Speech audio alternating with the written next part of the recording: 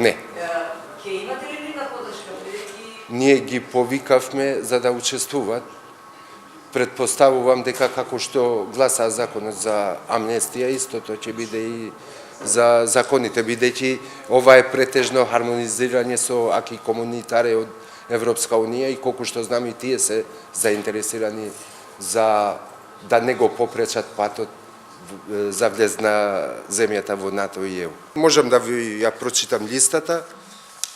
Значи, закон за судовите, закон за судскиот совет, закон за совет на јавни обвинители, законот за јавно обвинителство, управните спорови, закон за кривична поставка,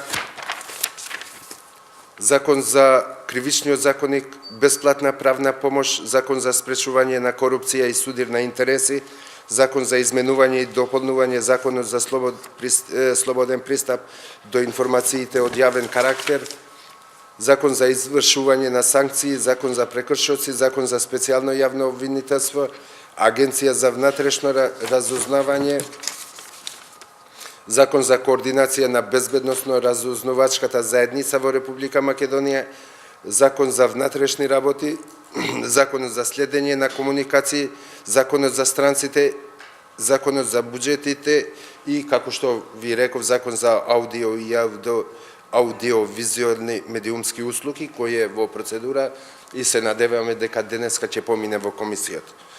Исто така има и закони што произлегува со измена на овие закони, и тоа закон за организација и работа на органите на државна управа, закон за работни односи. дали зборувавте за законот за пратеници, што помага за Има предлог од пратеници, има предлог, додека не се хармонизира со владата, не можам ништо да ви дадам.